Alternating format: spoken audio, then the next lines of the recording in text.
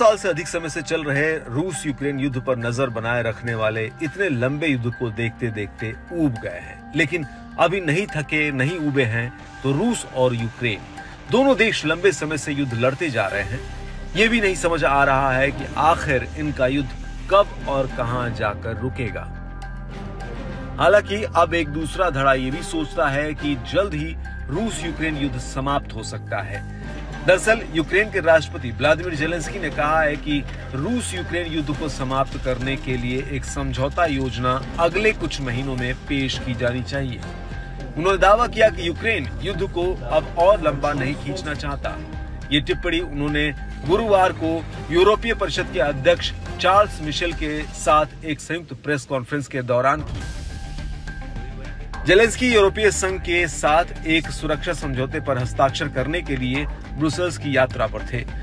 समझौते के तहत यूक्रेन को हथियारों की डिलीवरी और ट्रेनिंग सहित सहायता की गारंटी दी गई। इसी मौके पर जेलेंस्की ने कहा कि वो अब आने वाले और सालों तक युद्ध को लंबा नहीं खींचना चाहते हैं। जेलेंस्की ने कहा कि यूक्रेन युद्ध को लंबा नहीं खींचना चाहता, हम नहीं चाहते कि ये सालों तक चले। उन्होंने कहा कि युद्ध के मैदान में हमारे कई लोग मारे गए हैं और कई घायल हैं। इसके साथ ही उन्होंने कुछ महीनों के भीतर एक समझौता योजना पेश किए जाने की भी मांग की है। अभी तक यूक्रेन अपने मारे गए और घायल लोगों के बारे में कुछ भी बोलने को लेकर चुप्पी साधे रहा है, बल्कि उल्टा कहता रहा है कि यूक्रेन ने रूसी सैनिकों को भारी नुकसान पहुंचाया है। इस साल फरवरी में जेलेंस्की ने दावा किया कि युद्ध के 2 वर्षों में केवल 31,000 यूक्रेनी सैनिक मारे गए थे। हालांकि रूस का अनुमान है कि मई तक यूक्रेन के 35,000 सैनिक मारे गए हैं। हालांकि एक पूर्व रूसी रक्षा मंत्री ने फरवरी में लगभग 4.5 लाख यूक्रेन सैनिकों के मारे जाने का अनुमान लगाया था। कई रिपोर्ट में यह भी कहा गया है कि यूक्रेन में सैनिकों की भारी कमी है और लोगों को ज्यादा से ज्यादा सेना में भर्ती करने के लिए यूक्रेन ने कुछ पासपोर्ट नियमों में बदलाव भी किया था।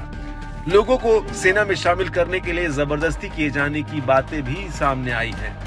इन हालातों में तो अब युद्ध का रुकना ही यूक्रेन के लिए फायदे की बात है। इन युद्धों को जब ऐसे ही समझौतों के जरिए रोकना था तो इन्हें काफी पहले रोके जाने की पहल की जानी चाहिए थी। इससे दोनों देशों को होने वाले जान माल का नुकसान कम होता, कई निर्दोष बच्चे, नागरिक और महिलाएं मारे न जाते, कई बच्चे अनाथ होने से बच जाते।